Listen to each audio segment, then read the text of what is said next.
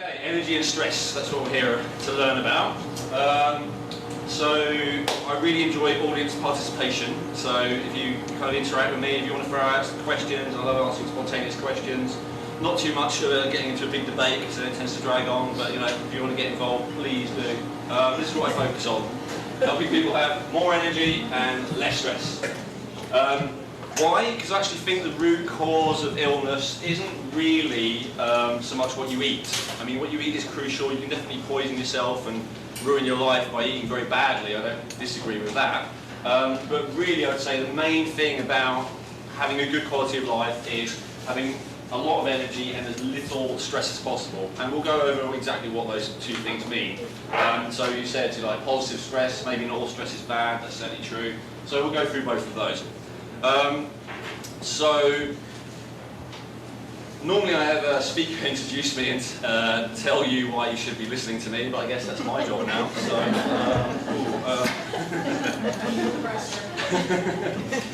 I started off early in life. I had quite a difficult life, you know, as most of us has, I think. I had a lot of early trauma, I had a lot of kind of severe and extreme incidents and lots of violence and stuff like that. And I think I ended up being a very stressed, traumatized person, really.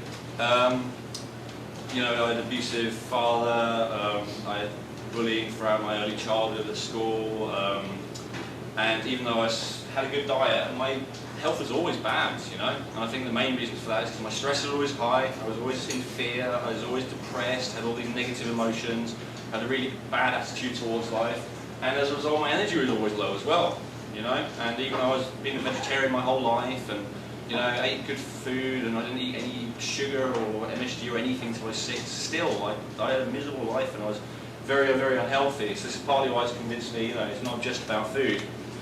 And then, you know, then when I was 6, I discovered sweets, and I started to get my energy up by eating sugar all the time, and that kind of kept me going until I was in my teenage years. And in my teenage years, I discovered drugs. Like I'm sure most of us did, you know, whether that's just coffee or tea, or whether that's crack or anything in between, you know. I mean, they're all drugs, they're all stimulants, they're all adrenal stimulants, they're all giving you a temporary rush of energy, and then long term they're leaving you more depleted than you were before.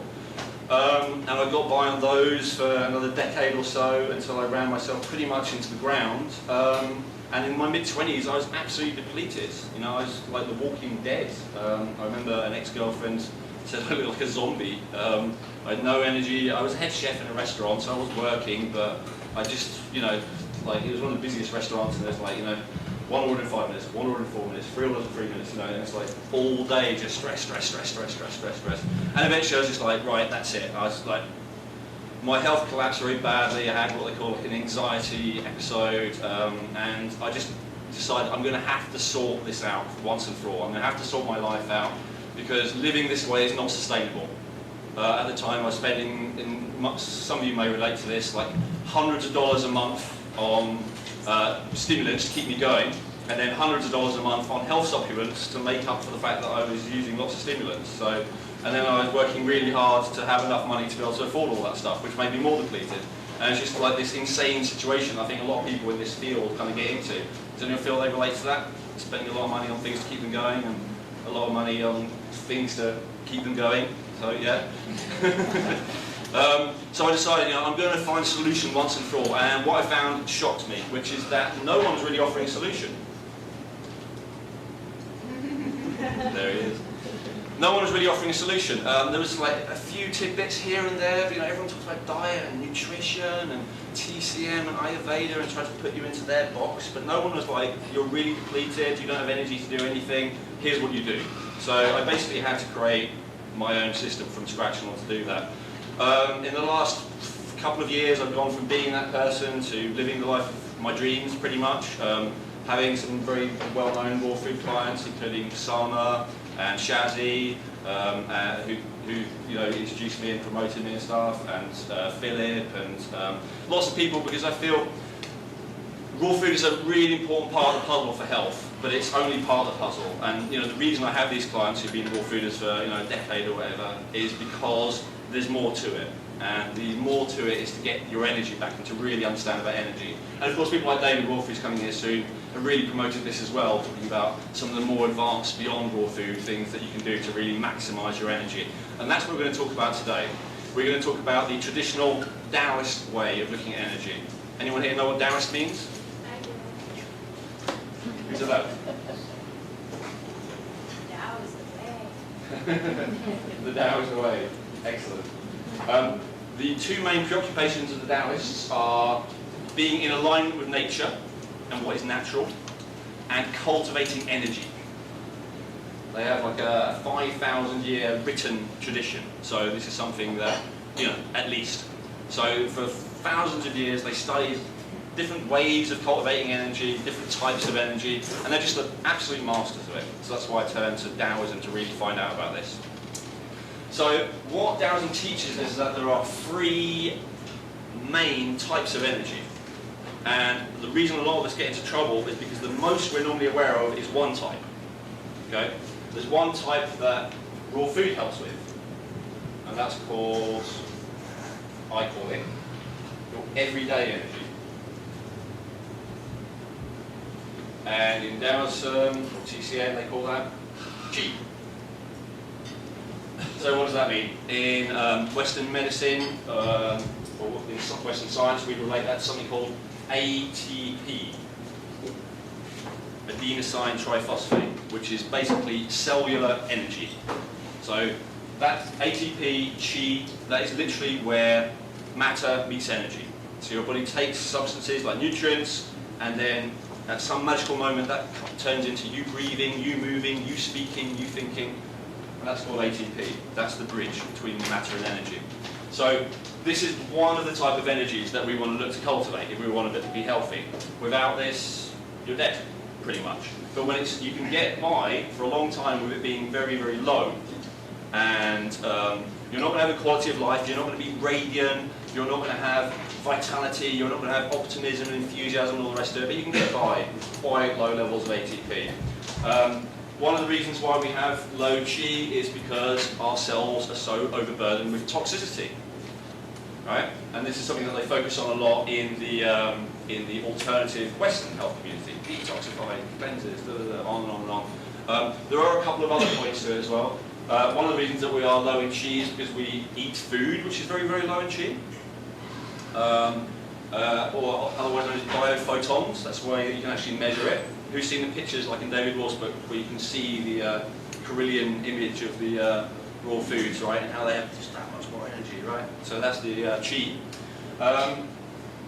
Now, when we think of this type of energy, what's the first thing that you would think about? Anyone? Where do I get my Qi? Where do I get my energy? Where do I get my everyday energy? What do you reach for? Love? Okay. Anyone else? Sleep? Great. Anyone else? If you were low on energy, like right now, you probably wouldn't fall asleep during, I hope not. Breathing oxygen. Breathing oxygen. Excellent. But very rare to hear that. Very good. Yeah. Anything else? For energy? Sorry? Belief. Belief? Okay. I don't think there's ever been a belief to ATP conversion demonstrated in science, but There I might can be see a how. point belief that they were worth living, and that they were excited about it, and that they had set that up. I'm And being- that could be part of the broader dynamic of what you were mentioning. I totally agree with you, I understand. And in fact, that relates to the third type of energy. So I do totally agree with you. I'm just joking. And same with love. Being serious. Caffeine. Caffeine. So caffeine stimulates false energy. So you're absolutely right, that's what most people look for. No one said the most obvious thing yet. The sun. The sun is great, but do you normally think, oh, I'm flagging a bit, I'm going to get some sunlight? Maybe you do. Green juice? Yeah. Food. Someone said it. Yeah. Juice drink. Juice drink, right. Yeah, exactly. Most people, when they're low in energy, they reach for food. Right? Especially high carbohydrate food, sugar. That's the number one thing that we reach for, without even thinking about it. People who are addicted to, high carbohydrate food, whether it's chips or whether it's cakes or biscuits or whatever, bread, sweets, that's the thing that they look for, that instant energy, that instant ATP, that instant carbohydrate. Of course, as probably most people here know, when you get a blood sugar rush from carbohydrate, then you get a crash, And then you feel even lower, so you need more, and then you're on this up and down energy cycle all day. So the best you can hope for if you're getting your energy from sugar or carbohydrate is some energy some of the time. You're never going to have consistent energy if that's the main thing you look for. I love what you said, because yeah, the best source of energy in ATP, this type of energy, is actually the breath, air. The number one thing. I'm going to divide this up. So this relates to the organ systems in Chinese medicine. You've got 5 basic organ systems. We're going to learn about 2 now. One is the lung organ system. Okay? This also relates to your skin and relates to your lymphatic system. It's actually your body's main cleansing system, but it's also your body's main way of getting energy in. So the breath, the lungs, and the body's main way of getting energy in and of getting toxicity out. Very important. And then there's food, which relates to the spleen organ system, spleen and stomach, which relates to our digestion. So most people, as they think of energy and everyday energy, they think more about food, you know. So with breath, we're looking for quality air and quality breathing. And with food, we're looking for quality food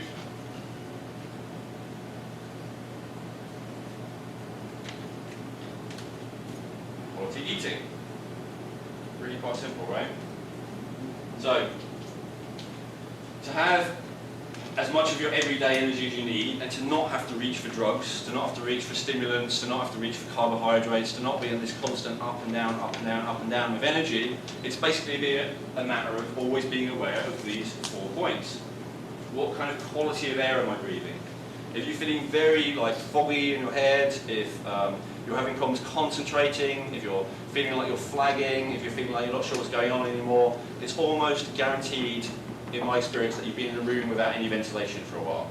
You know, these just go hand in hand, and it's such a basic, fundamental precept of health to have good quality air, and yet 95% of people like me who are into this think it's all about, you know, vitamin C and celery and all the rest of it. It's like, well, you know, these are the basics. So about 70% of your energy, this everyday energy, this chi, comes from breath. This is, you know, roughly. And about 30% come from food. Is anyone aware, anyone want to share, you know, how they feel is the best way to breathe? I bet someone here knows this. In the stomach? Yes, from the stomach. Excellent. So most people, when they breathe, especially if they're tense or stressed, if they're breathing at all, going like this. Most people, you know, this. But yeah, at best, if you tell them to take a deep breath, they'll do this. Right? No, I can't really demonstrate this properly from here, can I? Good. Yeah. So here's how we want to breathe if we want energy. We're breathing in, and we're breathing out. Right? Sounds so simple. Every infant, when you are born, every one of you, with the exception of perhaps a few of you who had severely traumatic births, you will have started breathing in that way. And then something will have stopped you at some point. Anyone like to guess what it is that stops you from breathing in a natural way? People yelling at you. People yelling. Skinny jeans. Skinny jeans, yeah. Later it is the desire to look good, yeah. External stimuli. Sorry? External stimuli. External stimuli of some kind or other, yes. I would say basically it goes to this one, which we're going to cover in a minute, stress. So you have some kind of experience, normally a trauma, and what happens with trauma that's unresolved, and trauma is pretty much always going to be unresolved if you're a young child that can't even have cognition and process anything, is that it gets stored in the body. And more specifically, it gets stored as muscular tension. Okay? Now, the specific muscular tension I'm talking about here is the muscular tension around the diaphragm, the area of the lungs. So our chest freezes up. Who here kind of feels a tightness around the chest quite often, you know, especially during times of stress or tension, anxiety? I know I used to a lot, right? I think most people do. So this is this real extreme chronic tension in the diaphragm. So real health is not possible without returning to good quality breathing. The bad news about that is that there's quite a lot of internal resistance to doing that. The good news is it's free. So I can't sell you anything. You can do it for completely nothing. And it's the most important thing you can do of all. I highly encourage everyone here who does not, in fact let's do that little questionnaire first. Who here already breathes properly all the time? I'm a singer and I almost always breathe that way. Excellent, there's always one singer in the group, and normally one yoga instructor as well. Right? Okay, one person, excellent. Do you find it was difficult to retrain yourself to breathe in that way?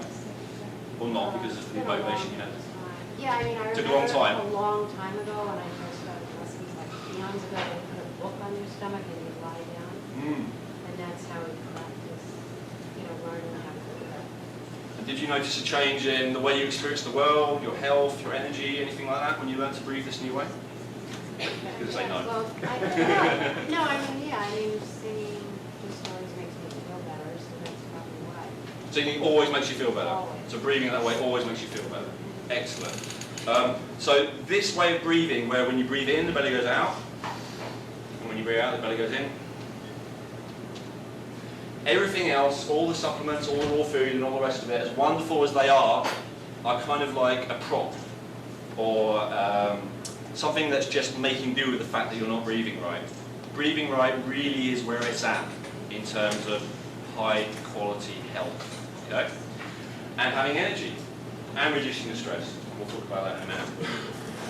So I highly recommend to everyone to either get singing coaching, speech coaching, drama coaching, go and see a yoga teacher who actually knows what they're doing, and all of them do, or a Qigong coach, or a Tai Chi teacher, anyone like that who can actually teach you to breathe well.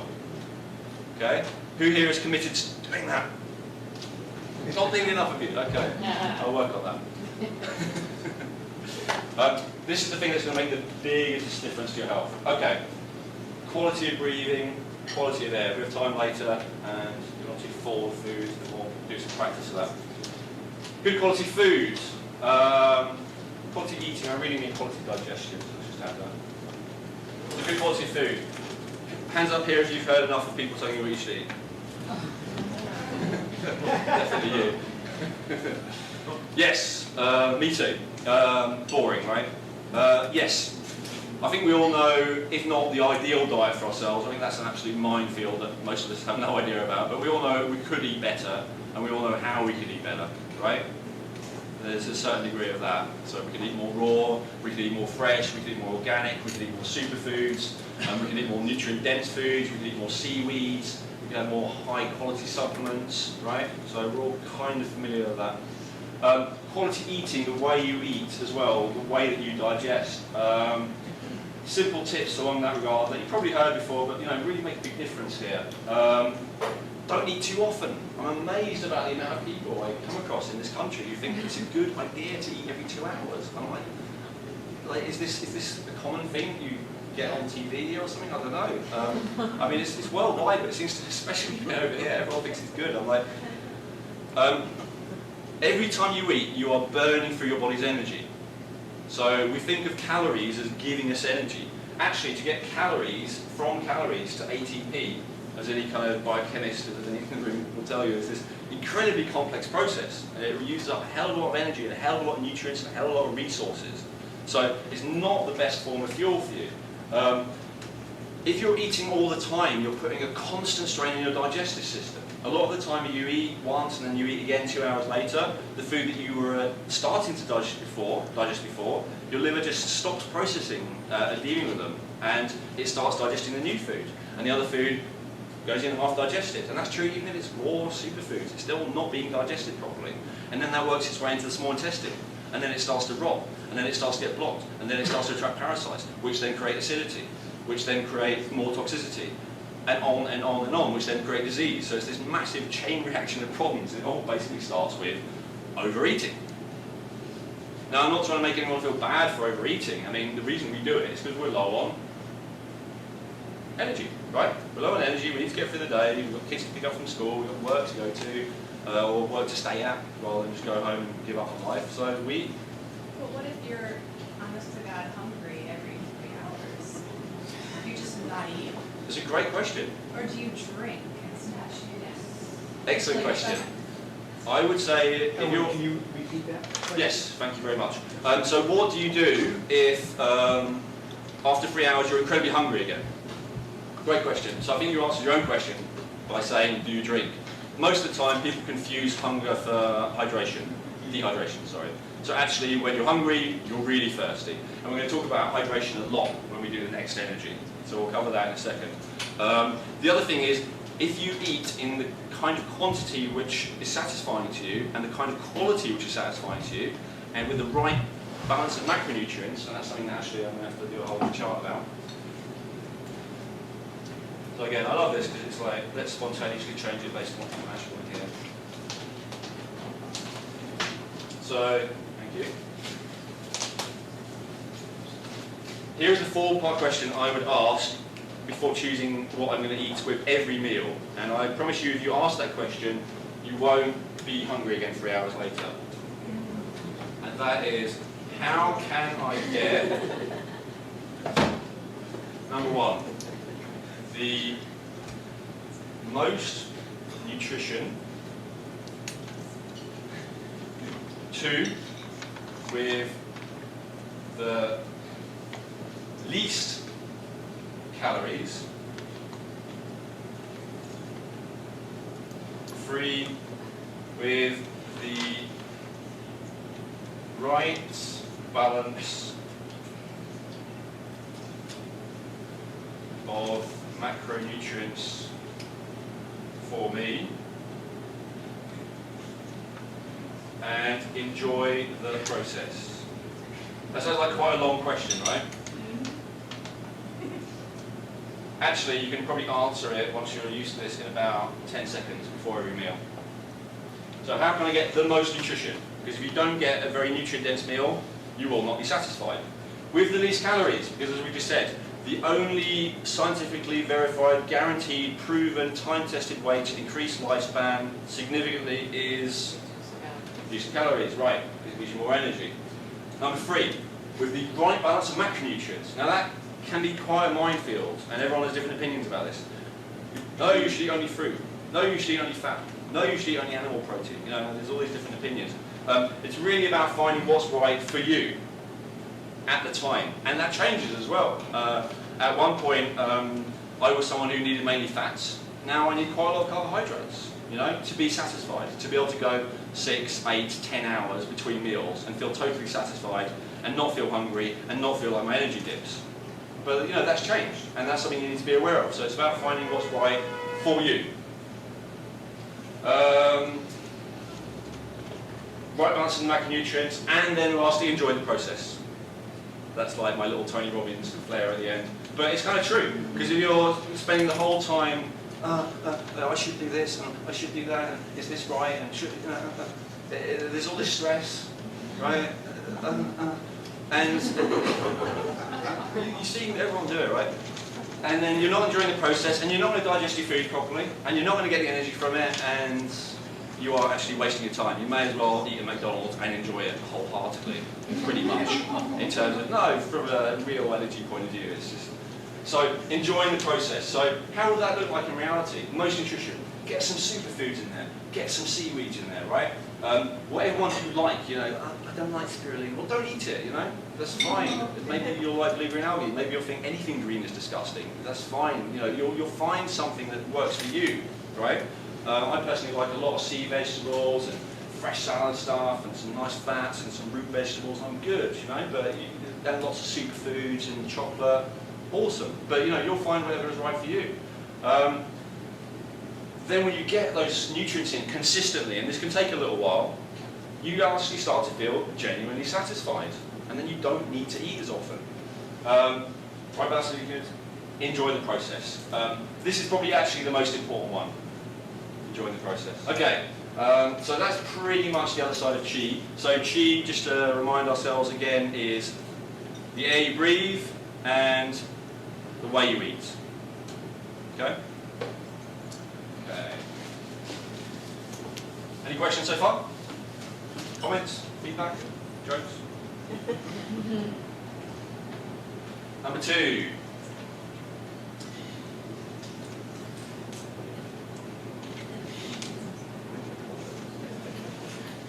Reserve or adaptive energy? Reserve or adaptive energy? Who here can define stress for me? Come on, someone. There's always one The know-it-all. release of cortisol into your system. Excellent, very technical, I like that. Thank you, yeah. And how about more in terms of our experience of it? Oh, the fight or flight syndrome. Yeah, yeah. So the fight or flight syndromes, cortisol, absolutely totally accurate answers, thank you. The way I just define stress, which most people don't like, is it's fear. Basically what stress is. Because it's called I'm stressed. It's not very cool to say I'm afraid. Fear and anxiety. Anxiety is just more chronic fear. So, from a biochemical point of view, it's all exactly the same thing. It's all cortisol, it's all adrenaline, it's noradrenaline, dopamine. Insulin goes up, testosterone, progesterone goes down. Same thing, same thing. Stress, fear, anxiety, same thing. So, why do we feel fear? Anyone? Why is, okay, let's frame the question a bit better before we get to it. Why is it that one person can go into a situation and challenges come up and they just flow with it effortlessly and everything's totally cool? Or a different person goes into that exact same situation and they get afraid, overwhelmed, feel like they can't cope, give up, run away, fight or flight? Why is it one person adapts effortlessly and the next person caves in, fights, flights, or freezes? Belief systems. Learned behaviors. Belief systems, learned behaviours, The paradigm. different paradigms. Different toxic overload, Toxic overload, that's getting closer to what I have in mind, but these are all good answers. comfort zone. Getting outside the comfort zone, yes, absolutely. The energy. Sorry? The energy. The energy, yes.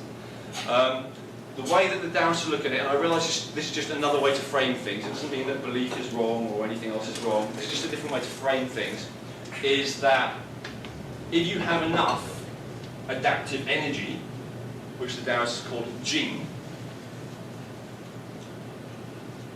then nothing will really faze you. You'll never have fear, you'll never have stress, you'll never have anxiety. If you have challenges, if you have earthquakes happening around you, war, pestilence, whatever, you will just be in the flow, you will do your best, you will adapt to the situation as it comes up. And this is kind of like the Taoist ideal, that whatever happens, you're just in the flow. And it's all good. And you do your best. Now, the reason that the Taoists are so into cultivating energy is because that's less about being a good person or whatever, and it's more about how much adaptive energy do you have.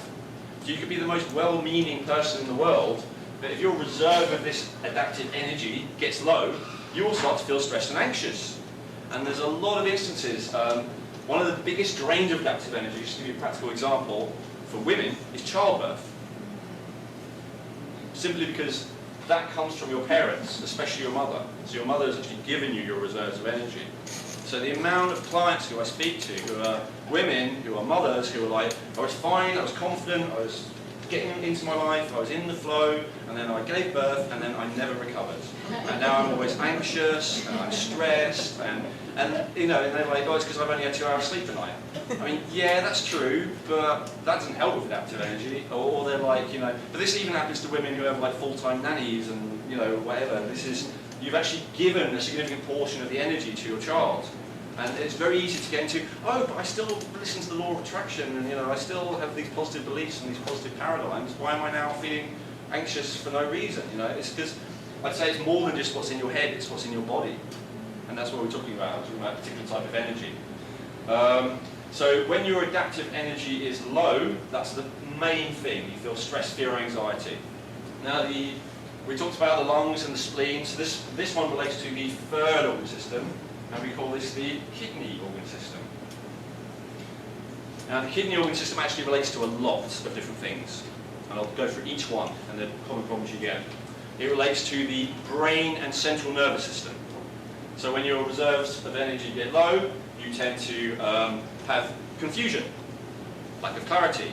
Your memory starts to suffer. You can't think clearly. It relates to your reproductive system. So your hormonal levels start to go wrong. Cortisol and insulin tend to go up. progesterone, estrogen, testosterone tend to go down, and then you get all those hormonal problems. Maybe you get infertility or sterility or menstruation problems or any of these things that happen with hormonal problems. And it relates to your bladder, and you tend to need to pee more frequently. And it relates to your bones, joints and tendons, and you tend to start to tend to get, soreness and stiffness and, lack of flexibility compared to what you had before. And it relates to the adrenal glands. So this is what we already talked about. Suddenly the adrenal glands get very easily overstimulated, right? And it relates to the kidneys, of course. It's called the kidneys. And that principally relates to us becoming dehydrated and low in electrolytes. So, my research has indicated to me that what the Taoists called kidney gene energy deficiency, the Western scientific way of putting that is to say you are dehydrated on a cellular level, irrespective of how much water you drink, and you are low in electrolyte minerals, especially magnesium, but also the other ones, sodium, potassium, quite often.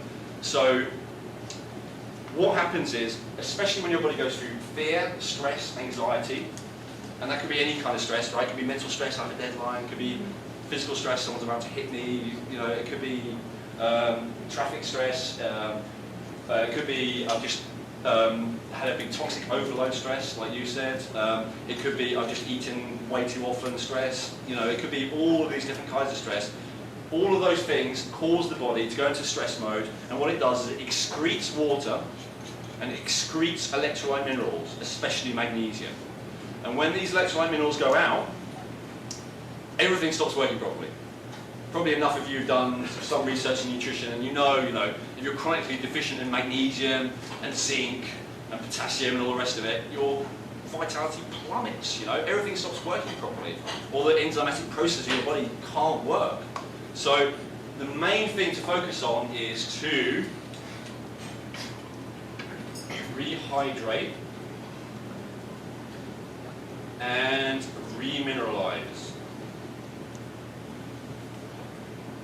Now, the Taoists actually didn't particularly emphasize either of those. They specifically isolated and talked about herbs as being the most important thing. Taoist tonic kidney herbs, which I sell a blend called Rejuvenate, not quite in this country yet, but almost, they help you to rehydrate especially. They didn't focus on remineralize so much because, we used to eat wild, healthy, mineralized food. Now we eat cultivated, extremely mineral depleted, overly hybridized food. So these are like new issues. We used to have access to fresh spring water or nothing at all, pretty much, or well water. Now we have tap water, right?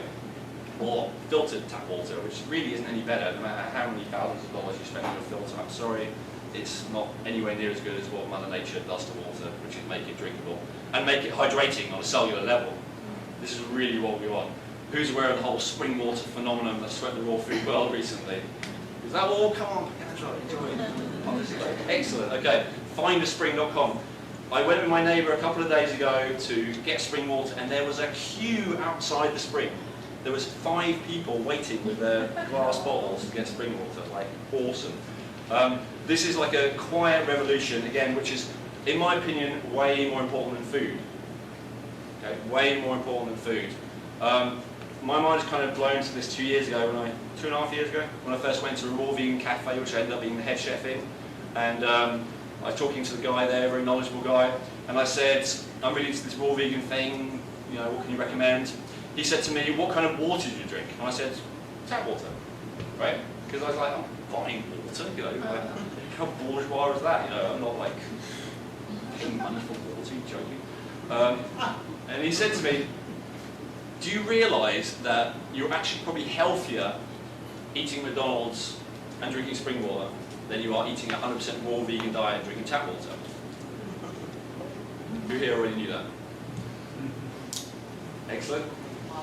Tap water is gross. Tap water is awful. There's a few people like Shazzy who are just like, I won't explain either of them. I don't think one's better than the other. But yeah, they are both, appalling.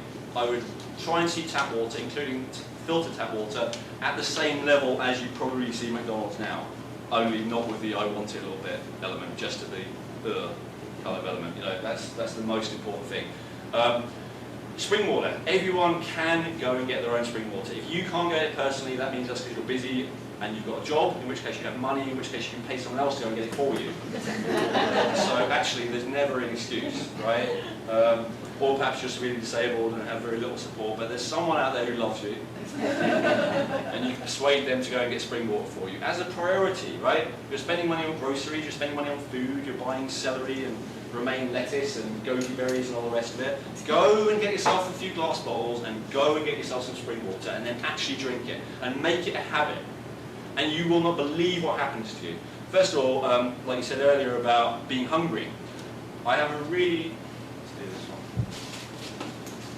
What I find a really, really helpful, very simple three-step process for if you're low on energy. So if you're low on energy, I agree, sun is good, grounding's good, sleeping is good, but there's something that's a little bit more primary than all of those. So the first one, oh yeah, it's the BMW formula. Number one thing to do, breathe. It's BWM. Number two thing to do, water. Number three thing to do, minerals. Before you think about food, I'm going to take a few deep belly breaths, ideally in a way that will hopefully have time for at the end of this. Phil, can you testify how awesome this is? Excellent. 2, water. Always. Even if you know you've got dinner ready in 20 minutes. I know you shouldn't mix water with food, I totally agree with that. But until you actually start preparing food, your stomach acid isn't really flowing yet. So you can get water in 10 minutes before you eat. You can have a litre, you can have more. A litre is a quart, right? You can have plenty of water. Then number 3, minerals. That's what you're normally low in. You know, if you're realising you've only eaten 3 hours ago and it's probably not time to actually eat yet, get some minerals, you know, especially magnesium if you go through stress or lack of energy. Because magnesium is awesome for both. I don't think I have time to talk about it. Breathe, water, minerals. Then, if after all that you're still hungry, you're still feeling a grumbling, then eat. But I'll tell you something. If you breathe, drink, and have minerals first, then the quality of food that you will end up choosing and the amount that you eat will be of such a superior quality, it will be unbelievable. So it's not possible to eat like, you know, 3 big bags of potato chips whilst watching the news or, you know, some game show if you've just done those 3 first, right? You're only going to be able to do that if you're very unconscious. This wakes you up. Breathing is energy in and toxicity out. Water, getting everything moving, conducting, flowing, getting back into the flow. Minerals like magnesium actually give you your spark. They're like your spark plugs. And then, if you're still hungry, eat. Right? That is adaptive energy in a nutshell. Tiny bit of self-promotion, easy, exhaustion, cure.com. This was actually inspired by Sama, who I worked with a year ago. And she was someone who pushed herself very, very hard and got very stressed and very depleted in energy. And I worked with her, helped her feel better, and I realised there's so many people in the world who are really of the type, I think they call it type A personality over here, who like really push themselves really hard because they really got a big heart and they want to contribute to the world and make the world a better place. But unfortunately, as a result of that, they end up very severely depleting their reserves of energy. And so that's what this program was created for. There's loads of free content on the internet as well if you follow that thread, if you just want to find out about it. Loads of excellent stuff about that. So if I leave that there, that means I've got time to cover the third energy. I think. Have I got time to cover the third energy, Glenn? Oh, we can't hear it, so yeah. You just keep talking. When people got to go, they go. Q&A. Well, I'll do this energy, we'll do a little breathing exercise, and then we'll wrap up with a Q&A. So I like to call this one perspective energy. You could also call it spirit energy. And the Taoists call this Shen. Now this is actually the most neglected of all in the Western world of nutrition and health, anyway. It's actually probably the most important. So, who here has been in a situation where you, or someone you love, or probably both, know what you should do, have a plan for what you should do, are really set, I'm going to do it, I'm going to go to the gym every day, I'm going to have a green juice every morning, or whatever it might be, and then you end up not doing it. You haven't, sir? You don't know anyone like that? Pretty good about that. Do you not know anyone like that? No, I know people. I thought you were referring to. I was saying, do you know anyone that you yes, love? absolutely. Or are you also that way yourself? Just me. Okay. Excellent. Well, I'm glad you're an example of someone who isn't that way. That's wonderful too. So what's that about? Well, this relates to having a different type of energy. So in the same way that you can know all the right stuff, but if your adaptive energy is low, you're still going to get fearful and anxious. So you can know all the right stuff, but if your energy, spirit, Shen energy is low, you will still often self-sabotage, do self-destructive things, not act in integrity with yourself, have issues with boundaries with yourself or with other people, have issues of self-discipline. So if you're lacking Shen energy, you tend to lack integrity, often just with yourself more than anyone, and perspective. So what do I mean by perspective? Why have I got perspective energy? Well, because the choices you make day to day, like so, say you say, tomorrow morning I'm going to wake up, I'm going to do what Elwin said. I'm going to do 10 minutes breathing exercise, I'm going to drink a litre of fresh spring water, I'm going to have a litre of green juice, I'm going to do some yoga or go for a run, then I'm going to go for my day. How many people here think they'd have a problem doing that every morning for the next 30 days? Come on, everyone, except for you, sir. You would, right? You would struggle. You wouldn't do it. That's because the level of this energy has got quite low. Okay? Now, this is a really important distinction to be aware of because it means you can stop punishing yourself. You can stop feeling guilty. You can stop thinking there's something wrong with you. You can stop flagellating yourself with what's wrong with me. I suck. I'm no good. I'm no good piece of shit. We all have that voice, right? And that's the voice of this Shen being low. Okay? So, what is this integrity and perspective? If you have a good sense of perspective, if you wake up in the morning and you go, do I really want to do breathing exercises, drink spring water, drink green juice, and then go for a run for an hour? Right now, the answer is probably going to be no. I want to go back to bed. Right? If your answer is, how do I want to feel for the rest of my life? How do I want to be when I have grandchildren, if you don't really have them? How do I think I'm going to be if I carry on with this way for the next 20 years? The answer is fairly obvious. It's, oh, actually I won't have the chocolate bar, or actually I won't have the crisps, or actually I will drink the water, I will have the green juice. But because we don't have that sense of perspective, we don't do what we know is in our best interests. Okay? Unless we're lucky and we just happen to have been ingrained early on with good habits. And that happens to some people. I was just reading a thing saying more about success and money, and they said the massive research, massive study, bottom line is a person's success is directly proportionate to their level of perspective. People who have a 10 or 20 year perspective on their actions right now tend to be millionaires. People who have getting through the year tend to be okay. People who are like getting through the day tend to be poor or broke. Okay, it's that simple, and that's true for energy as well. What's true for money is true for energy. If you want to have energy, which is more important than money, just like with money, it's not just about getting more energy, it's about saving more energy, and it's about spending your energy wisely.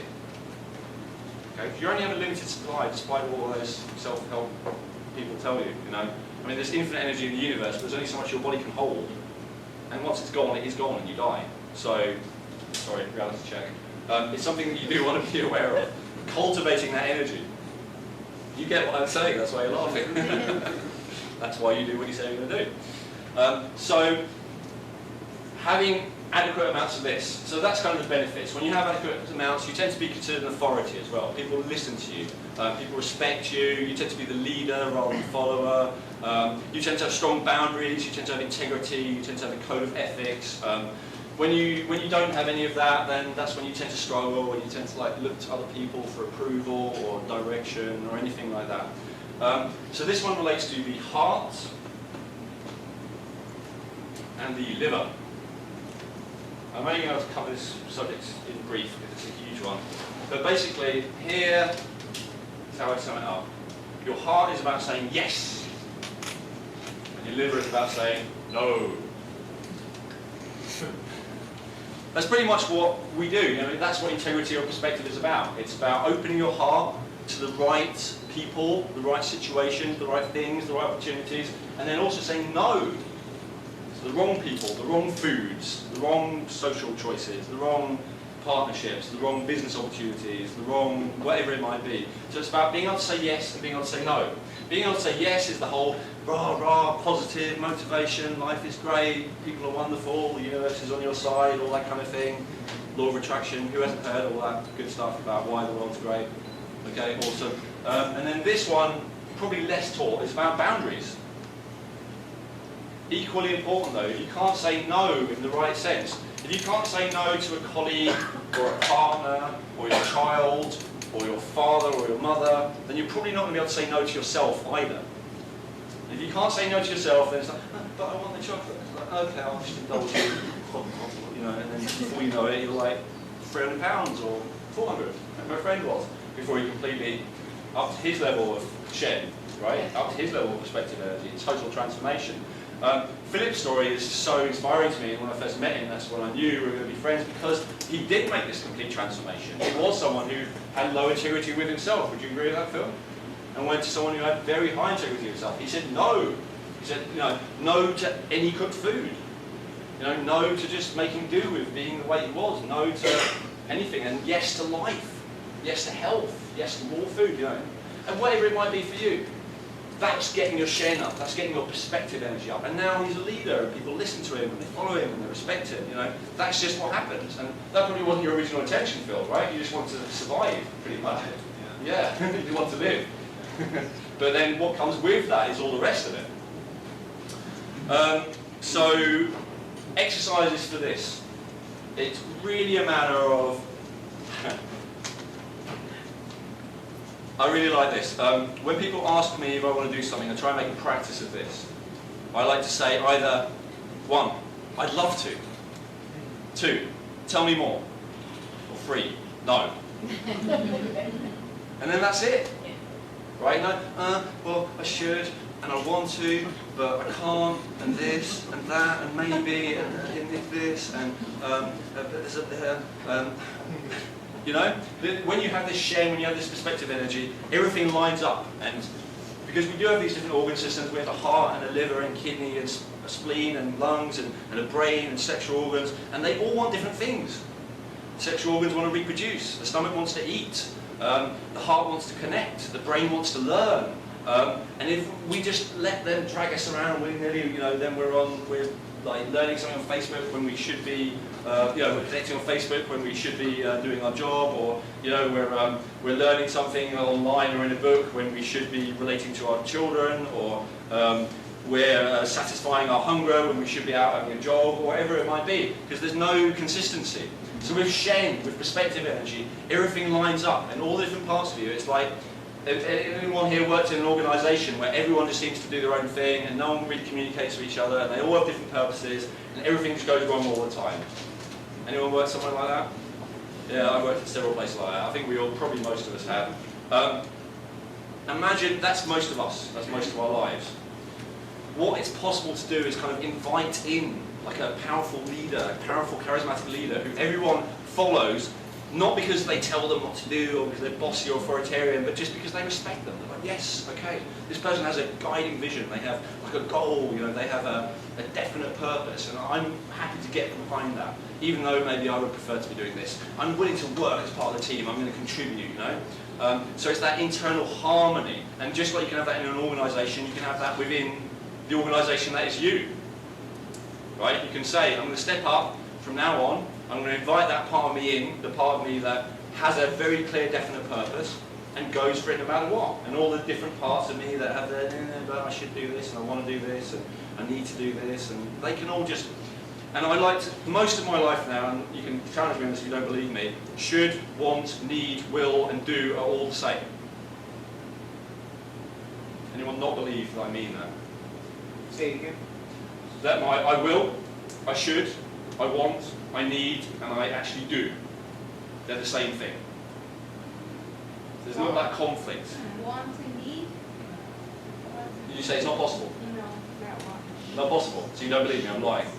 Wants are different than needs. I'm not saying that they're the same, I'm saying that they can all harmonise towards the same purpose. Sorry, I wasn't being clear. Yeah. So what I mean is, all of those things, rather than going in different directions, they can all go to the same place by bringing this shenin, this clarity, this sense of purpose and direction. So they're on a continuum. Sorry? So they would be on a continuum. They would be on a continuum of what those different urges within us. Sure. Yeah, absolutely. And they're all aligned, that's the word for it. And this is kind of the act of being in the flow of the Tao and being enlightened and being present and being awakened and all these kind of things. I'd say in practice, in terms of your everyday life, that's pretty much just what it means. It means that all of you is just going in one direction. And you found your purpose, what you're here to do right now. And you know where you're going. And then that's pretty much it. I learned this from Tony Robbins. He's like my coach in this. I know, Phil, you learned this from, is it Wayne Dyer or Wayne and Eckhart Tolle? Yeah, you know, you'll find it's more a matter of being open to the possibility. The only way to ever fix any problem is to realise you have a problem. So before you just thought, I'm no good, there's something wrong with me, I'm self-destructive. Now you know, there's nothing wrong with me, I'm just low in a particular type of energy. So then the question is exactly like you said, brilliant. Tell me more, how do I do this then, right? And if you ask a question, you will get an answer. The universe does give it to you. But if you're like, this is just the way it is and I'm just going to make do, then you are just trapped. So it's just about becoming aware.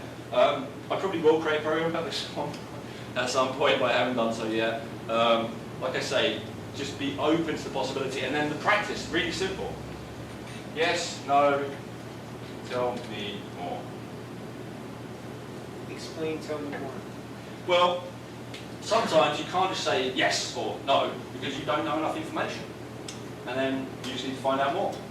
And as soon as you know more, then you can go for it. Again, you know, studying success recently, all people who become millionaires, they all make decisions quickly, definitely, and totally, and have no regrets, don't change their minds, don't look back, just go for it, right? And this is what's true for money, it's true for energy, it's true for health, it's true for anything else. Okay, so it's just a matter of going for it wholeheartedly, which is where that phrase comes from, the heart. Why does the liver relate to no? Basically, the liver filters out of your body everything that you don't want, right? It's your detoxifier, getting rid of, saying no to mercury, no to PCB, on. So that's also happening on a spiritual level, and on an everyday relationship level, and on any other basic practical thing level. Yes? No, my reaction to all this telling me more stuff is, okay, we're going to get more educated, but then we'll think with our, we'll think we'll be up here and I'll listen to our heart. So it's like a brain-heart tension. Yes, that's a really good point. What was the question?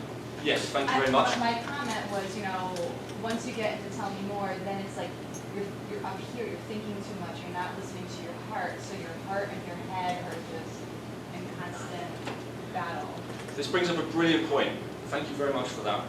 You have free minds. Who knew they had free minds? Good, excellent. Not just an energy, weird, esoteric Taoist point of view, but actually from a scientific point of view, recently discovered. You have a mind here, you have a mind in your heart, and you have a mind in your gut. And they all have a very different level of intelligence. The mind in your gut relates to the reptilian part of your brain. So that's your fight or flight response. It's the one that warns you about danger, it's the one that warns you about boundaries. It's the reptilian part of your brain, territory, sexual instinct, that kind of thing. Then you have this one here. This is the mammalian part of your brain. It's the heart. It's the one that connects. And then you have the human or monkey part of your brain, and that's the one that cogitates, the monkey mind, the chatterbox, the learner, the thinker, the analyzer. Very good point. Most people spend way too much time up here and way too little time down here. This is what the Taoists particularly emphasize. Now, there's a lot of reasons why they spend too much time up here and down here, and there's a lot of reasons why we think that. The number one reason is that this brain uses up about 10 times as much energy per second as this brain. So if you're low in energy, like your number one stress is pretty much always living in your head and having everything come from there. Decisions are never made in the head. Again, all the latest neuroscience backs this up. Decisions are only ever justified by the head. They're always made by the heart and by the gut. There are more messages going from the heart to the brain than there is from the brain to the heart. The heart runs the show. The gut runs the show. The brain just like tries to comments and makes complicated stories about everything during and after. You know, and it thinks it's running the show. It's like, you know, it's like the cleaner who thinks that they're running the organisation. Yeah, okay, you know. But, so how can you stop getting into your head so much? First of all, to be aware of it. Second of all the stuff I've talked about tonight actually relates to this. So why is it that we breathe into the upper chest and not into the gut? Because that feeds living in the head. So if every time you have a decision, it's a really good point, you stop, take a deep breath into your belly, become aware of your physical environment, and then take a nice deep breath out, straight away you've brought yourself back to your centre. So tell me more is not an excuse, and I'm glad you asked me to clarify it, to get into a diatribe of with brain to brain. It's an opportunity to stop, take stock, take the person in, right? What does my gut feel about what this person's saying? What does my heart feel about what this person's saying? As well as, you know, what do I think about their actual proposal? And then you can come out with an actual answer. So tell me more isn't like, let's get into a long debate about it. It's more, let's have a chance for me to really stop, breathe, become present, think about it on all three levels, and then come to a decision. And this is part of the reason we have this imbalance and the lack of share and being torn in all these different directions is because these three are so out of balance. And basically, with very few exceptions, probably no exceptions in this area of the world, we all spend far too much time in here and not nearly enough time down here.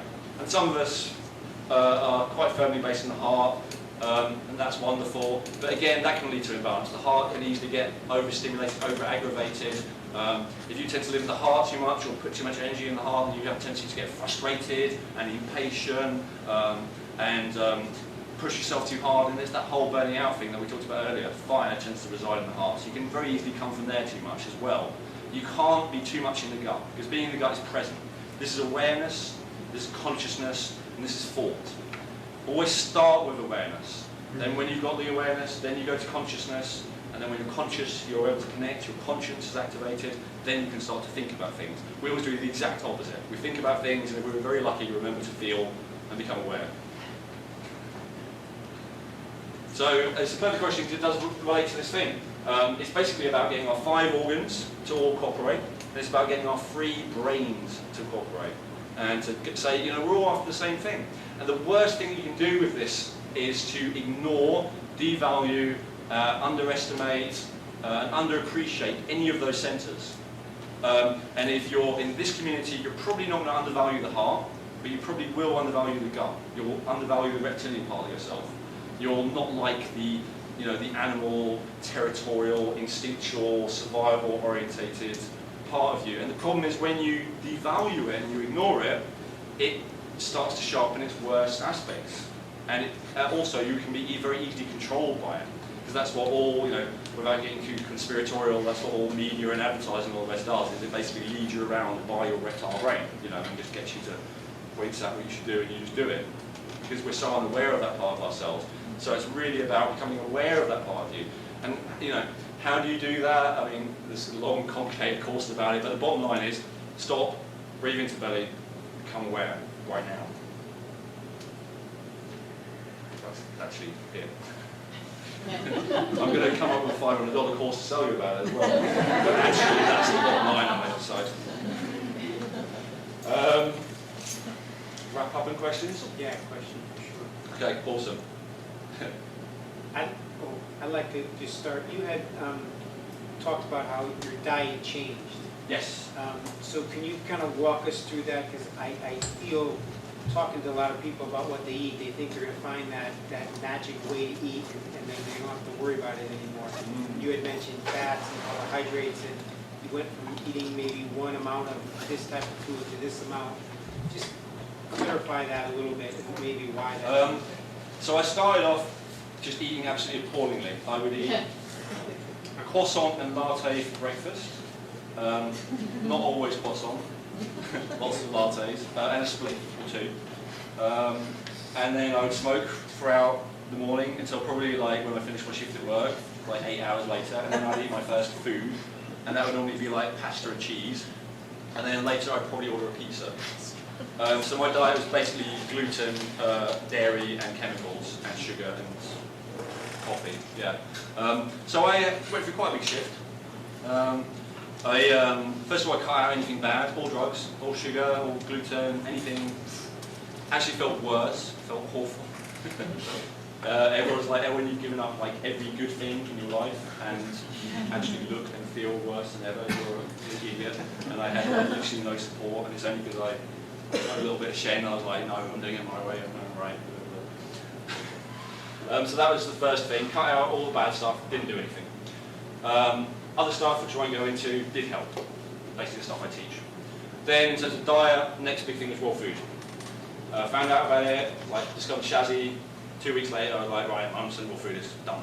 I did a liver cleanse, colon cleanse, and after I did it, I went to eat some cooked buckwheat, which I think was like part of the menu items for what you're supposed to do after the liver cleanse, and I couldn't eat it. My liver was like, no!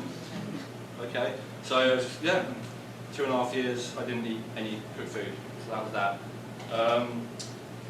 Better, but still not great. Then I discovered about alkaline foods, and then suddenly I was like, right, it's all alkaline, just everything's like green, just like vast quantities of green. I'd eat like bowls of salad, probably like this big.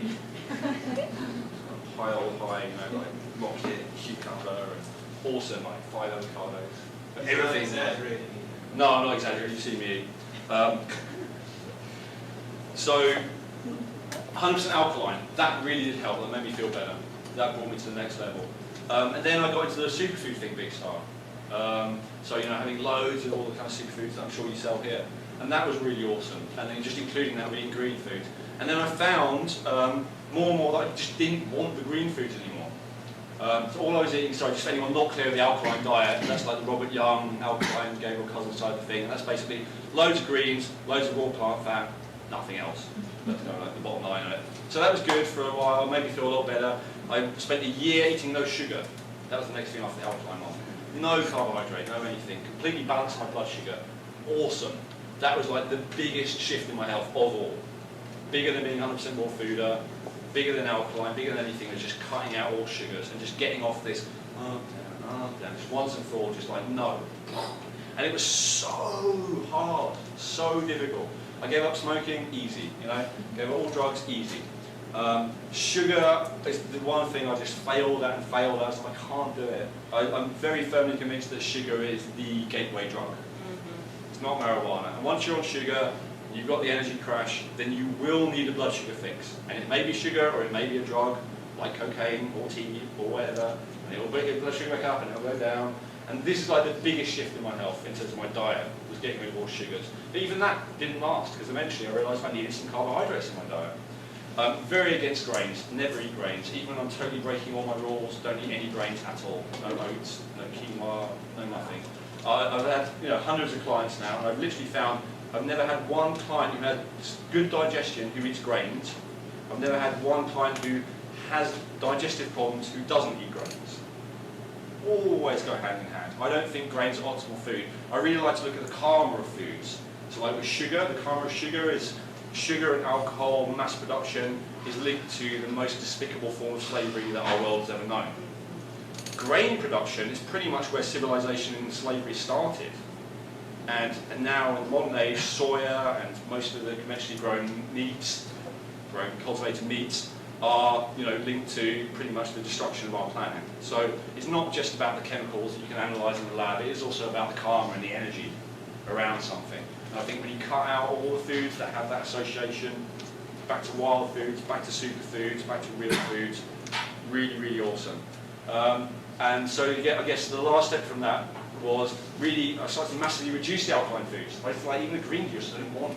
And I realised this worked, I'm alkalized, I actually did it.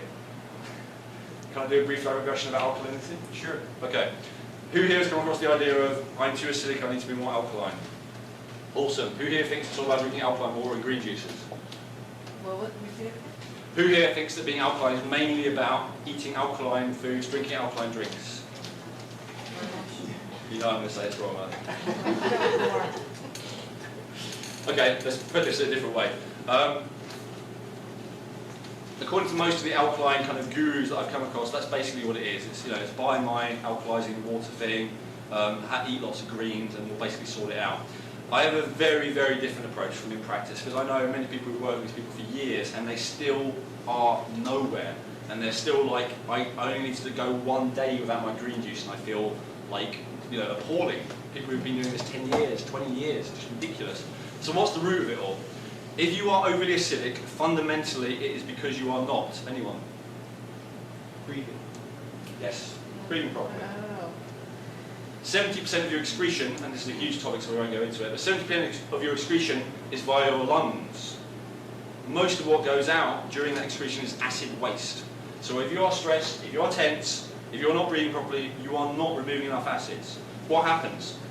Lots of things, but the main thing is your kidneys start to become stressed because it's their job to maintain the pH balance of the blood. So then the kidneys get overworked. So then putting in alkaline water and putting in green juices will make you feel better.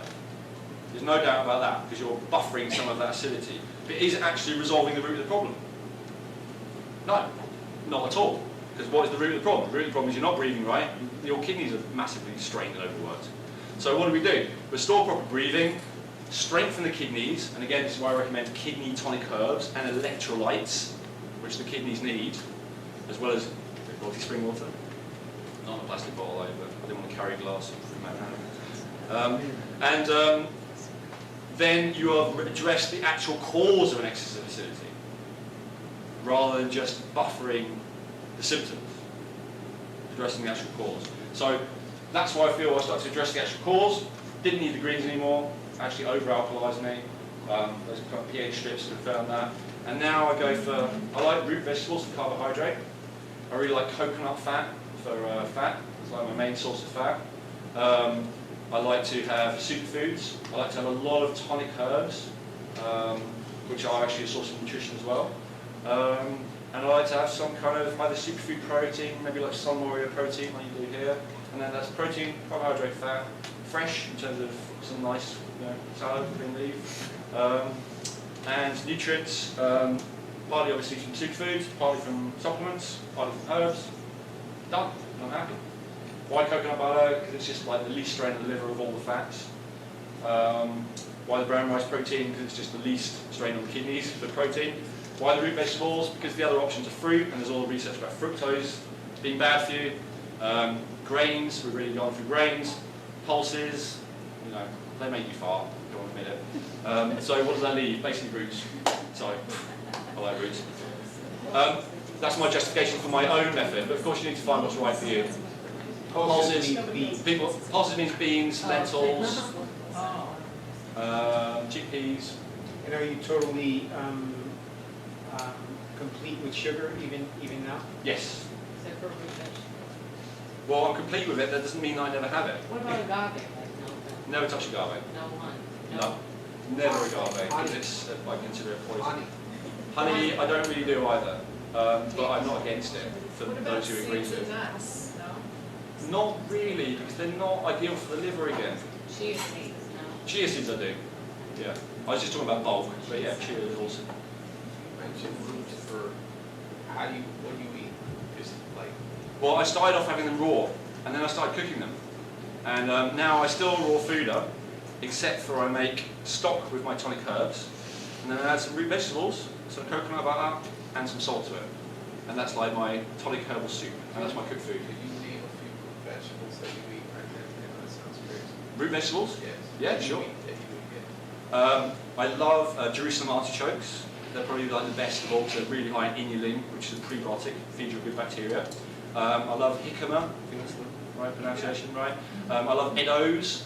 You know eddos? They're like little hairy potatoes that you get from Asian supermarkets, and they're kind of sticky inside, and they're just awesome. Even, you tried them, right, Phil? Really good. So even people who don't agree with root vegetables, they tend to be okay with these ones. What are they? Sorry. Eddoes. Eddos. They're really nice. But I like the sweet potatoes as well. I like the red sweet potatoes, I like the yellow sweet potatoes, I like the orange sweet potatoes. They're all awesome. Do you eat beets? Beets, yeah, although I wouldn't cook them because they're too hybridised and sugary for that. And I wouldn't cook carrots either. But I'll grate them. Yeah. Do you eat grass? I eat green sprouts, but not bean sprouts. I think even if you sprout a bean, it's still hard to digest. Because again, I'm not coming from this place of being Superman and having like the perfect body at all. I'm coming from a place of having been really, really, really depleted. And so having to find what works even if you're really depleted. And I find that my liver's pretty damn weak. It actually goes back several generations in my family. So I really can't cope with bad quality fats and you know, enzymes, inhibitors, which you tend to get in sprouts and nuts and seeds in large quantities. I can cope with them, but it's just not optimal. My digestion is not great either, so you know, I really honed it down to just what is optimal for someone who's got quite a weak constitution, basically. So as far as sugar, you don't eat any fruit, like with natural sugar, or you do? It's a good question. So I spent a year without any sugars at all, including all fruits, with the exception of lemons, limes, avocados, cucumber. I don't eat tomatoes, but if I did, then yeah. I'm not keen on nightshade either. Nightshade's got a toxin called solanine, which a sensitive liver disagrees with. And a lot of people, especially with arthritis, that's normally nightshade related. So now I eat like superfood fruits, like goji berries definitely, Incan berries, acai berry, I eat dragon fruits I like. You know, there's like a handful of things that I'll actually go for, maybe with durian sometimes, black currants. But I've tested all these in my own body, and I found even when I'm with the berries, like a lot of time with raspberries, I was eating them and then finding like my body's like, ugh, I really didn't like it. And then one day I remember looking at them, looking inside them, and there's like all this mold in there. Yeah. Ugh. It's like, and I researched it, like, even when you pick them fresh as well, it's like from the garden, mold, you know, from the supermarket, mold. It's like, oh, no wonder, you know. So I don't think there's any like hard and fast rules about this is good, this is bad, you know. It's just about discovering what works for you in your own body, based on genuine, real principles, like the kind of list I said earlier. How can I get the most nutrition with the least calories, in the right balance for me, and enjoy the process? I mean, if you answered that question, you have answered what's perfect for you. No mushrooms. I was gonna ask mushrooms. Medicinal mushrooms. So yes to chaga, yes to reishi. In terms of culinary ones, yes to shiitake, awesome. But yeah, no to closed carpet, portobello, and all that kind of thing. Yeah. And hemp seeds, yes. Hemp seeds would be a definite yes if they didn't disagree with me massively. I consume far too much of the other variety of that plant in my life. And I think like my body, like literally now, it still rejects it. It's like, no, I remember that stuff. So yeah, maybe one day I can eat hemp seeds. Do you eat the mushrooms raw? I wouldn't know. No. Again, this is where I kind of got into cooked food for the first time. I was like, I'm cooking these shiitake mushrooms in my tea, and the only reason I'm not going to eat them right now is because I have this thing in my head saying I am 100% raw food. You know, it's like, is that really sensible? Throwing away something perfectly good because of some figment in my head? No, no. So then, well, that's quite nice. Okay. But yeah, I would say always cook mushrooms, even medicinal ones, because they can still contain spores and funguses that you don't want inside you. So the question is, what does acid reflux relate to? The bottom line is it's going to be stress. But in terms of how can you actually help this person if they're not willing to completely change their life, probably a betaine HCl supplement. The stress means that they're low in magnesium and zinc and iodine. The fact they're low in magnesium, zinc and iodine mean they're not producing enough stomach acid. They're not producing enough stomach acid, then they get acid reflux. So that's like the simple solution. betaine HCl. What plant food did you use that doesn't have any sugar? Because beans are like 30% sugar and all plants have sugar except for the only food that doesn't really have sugar is like fractionated soy or animal products. So you're asking me to clarify what I mean by sugar? Yeah, just because Certainly. I've been taught that like your brain wouldn't function if you didn't have X amount of grams of sugar and your body would shut down. So when I say sugar, I mean that which creates an insulin response in the body. So like a refined sugar. Not necessarily, no. But you had to have sugar in your body, you had to have a certain amount. I've been taught to study that if you didn't have any sugar for a year. I would think that's a biological phenomenon. Well, I think people have gone decades without food, let alone sugar. Yeah, I'd like to study them, So- but I've seen them in particular, except for the man who fasted and get vitamins and minerals and was watched like for over a year. But I still like think that you probably would need some sugar. So we're just getting confused with terms. Thank you for the question, because you're right, I didn't make that clear enough. Thank you so much. Yes, when I say sugar, it's very important. It's not like you look at your cabbage and go, oh, that's got 3 grams of carbohydrate and I can't eat that. What I mean by sugar is high glycemic index. Who's heard of that? Who knows someone who's diabetic? Yeah, that's like a good indicator, but not always. It's basically that which creates an insulin response in the body. If you feel in any way excited, or what's the easiest way to put this? If you feel hungry again not long after you've eaten it, then it's caused an insulin response, right?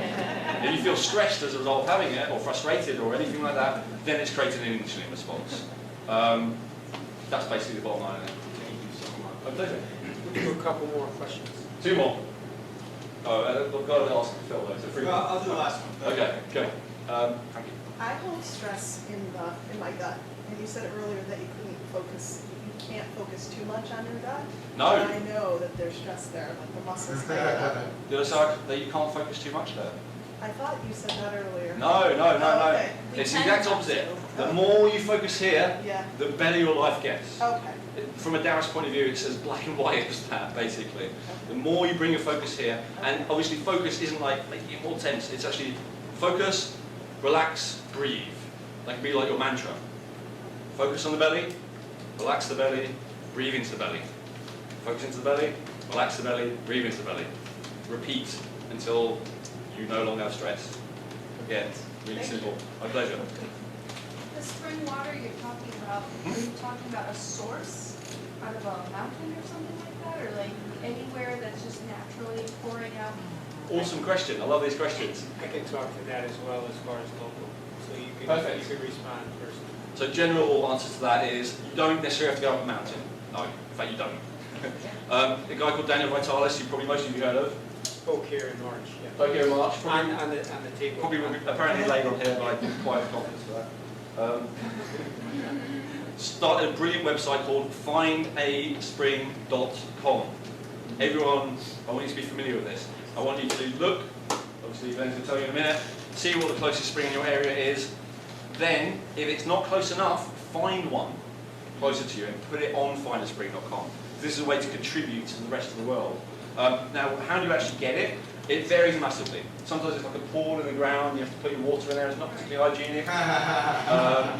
The one next to me in Long Island, which is like 2 miles away, is just like a spout coming out of the ground, and there's just water coming out of it. You put your bottle under it, a little table, fill up your bottle, that's it. So obviously It- the sorry, bottled water from the grocery store is not what you're talking about. It's not what I'm talking about, but I still prefer it to tap water, and I still prefer it to filter tap water.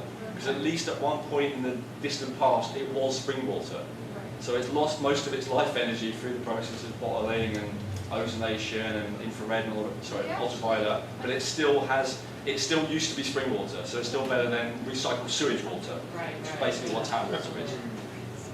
But it has to say spring water on the bottle, right? It just can't be any bottle. Absolutely, and even there, I notice standards here aren't strict, so it's harder to tell if it actually came from a spring, and unfortunately you have to do your own research in that area, or just stop buying water, stop buying plastic, go into your own local spring, or pay someone else to do it if you don't have time, and just go to spring water. I challenge all of you to do the 3-month spring water challenge, which is drink nothing but spring water for 3 months in a row, with everything. So that's not just when you drink water, which is probably far too infrequently for most of you, but even if you're still going to drink coffee, make it with spring water. If you make a smoothie, make it with spring water. If you cook rice, make it with spring water. So every time that water goes into your body, make sure it's spring water. That is going to be so much cheaper and so much more a radical transformation than any change in diet. Absolutely incredible. It's because when it gets filtered naturally, it picks up the minerals as it goes through that filtration, that natural filtration process, right? The spring water? To some degree, but actually the best spring water is lower in minerals. Really? Yeah. So the best spring water of all is purified by the earth rather than fortified, if that makes sense. And then it's ennobled. So this gets very esoteric, but water has life. Right. The only way that you can have life is with water. There's no life form that we know about that hasn't got water attached to it. So water is the medium of life, and water is the medium of consciousness. So it's also the quality of consciousness that water gives you. If anyone knows Emoto's work, where they did photos of water and saw the crystals, and depending on the thought or intention you send into the water, it produces a profoundly different geometrical shape in the water. So water, Masuru Emoto, I think that's what his name is. Look him up, awesome. I'm sure Google, 2 minutes, you'll see these images. It proves to you water has consciousness. So it's partly about the minerals, but actually minerals are more something that you get from food or in this day and age supplements. It's really about the quality of consciousness that it gives you. That's probably too esoteric, but it's true, you know, and there is some measurable research on that as well. So water, oh, I'm sorry. Go on, one more. The water, if it filters through like a layer of rocks, Yep. that's good filtering. Yes, on a Okay. physical level it's purified. Awesome. Great. Well, with that, I think, are you asking about a particular filter that brings the water through rocks, or are you Well, talking my about getting it? dad from the- has Yeah, water. it's different. He has water in his yard, and he made this crazy filtration thing with rocks, and it's filtered water, but it's the spring water that, rainwater, and they had it tested, it's drinkable, but I didn't know if that's like, still like regular spring water. That's filtered rainwater, Okay. which is better than well water, better than tap water, better than filtered tap water, and better than bottled spring water that you buy from the store. But probably not quite as up there in terms of the quality of consciousness that you get from a spring, which is burst forth from the earth on its own. But it's Right. still pretty damn good, and it's particularly high in sulfur. So your dad's awesome. You. So, Okay. let me just Yeah. mention that we Round here. have a source for a spring. We have a young lady, Jen, who typically comes to most of the events, but she makes 2 runs a week Really? to Harrington, So lucky. Connecticut, and the water's tested. The water's tested, and it's really awesome. It's really great. I'll bring a bottle of the water up, and you can all taste some tonight, provided you have some sort of drinking utensil. I just want to be here washing 40 glasses tonight after the event. But we can get that. We can leave the list out, the email list.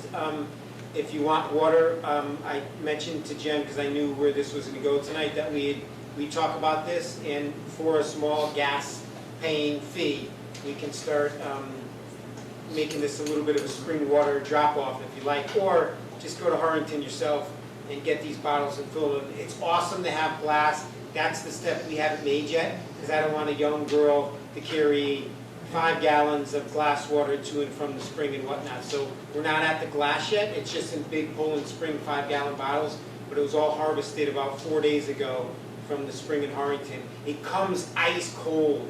We can't keep it ice cold here now, but it's still better than mostly anything you're drinking. Is it a long walk to that spring?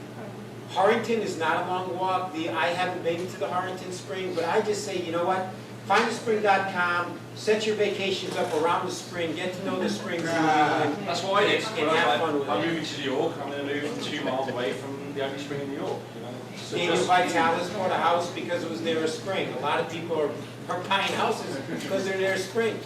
Just read what people are saying about them though, because there's one in East Hampton that's very accessible, but it says a little bit of sulfur.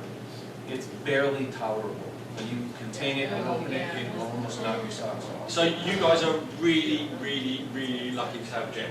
If she was here right Jen's now, great. I would give her a big hug. I would. That's like awesome. So take advantage of that before she like gets sick of being involved around.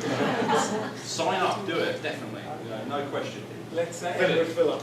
Perfect. Some of the questions, I know one of the questions that I get the most that people benefit from is knowing what you take as far as supplements, what you mentioned minerals a couple times. Yes. Maybe share a little bit about that, because I know that's a bit of a confusing spot for most people, and there's a lot of conflicting stuff, whether you get it from food, whether you need to add something. Can you share with us your routine? Absolutely. I love minerals. Minerals are building blocks of the physical universe. Okay, periodic table, 92 elements, everything's made out of minerals. Your body is made out of minerals. Now, most of us are chronically depleted in minerals, and there's one in particular that if you're low in energy and you have too much stress, you are definitely deficient in. Anyone? Yay! Just checking you're paying attention. Now, magnesium on its own can make a massive, profound difference. Love this stuff. So there's oral magnesium. That's particularly good at what's the word? Relaxing the whole digestive tract. If you have constipation, anything like that. Really awesome. And then there's magnesium oil, transdermal magnesium. You spray this in the skin, it goes straight into your bloodstream. It's actually as effective as injecting it. Absolutely awesome, fantastic stuff. So powerful. I'm going to make this claim to you. If you have enough magnesium, it's impossible to feel anxiety. Those are mine. By the way, before I continue, I'm not selling these or making any money out of them. So I'm just saying this because I believe in it. I'm feeling very stressed. Yeah, absolutely amazing, awesome. I'm almost certain, no, I am certain, I've done many interviews with the guy who runs this company, which you can get for free on my website, lionherbs.com, including an hour and a half just about the benefits of magnesium, and he promises a money-back guarantee on all of these if you don't notice the difference. What's the brand? What's your It doesn't burn. I've tried other ones that kind of burn and tingle. Great question. It may burn, and the reason it burns is because you're deficient in magnesium. Is it made with spring water? No, it's not made of water, it's oil, this particular one. But these are made of water, and they are not made of spring water, but as you're having like a drop full a day, you're allowed. If you're not deficient, it doesn't burn? Yes, it's not necessarily true the other way around. It's possible to be deficient and have it not burn, but it's not possible for it to burn if you have enough. What was the website? So my website where you can get all the interviews is called www.lionheartherbs.com, and I've got business cards for everyone. Elwin, what was the exhaustion.com? That's not yours? That is mine, and that is where I talk you through step by step how to get your energy back and your stress down. And I've just given you a couple of the most important bits today for free. If you want a complete solution, everything step by step,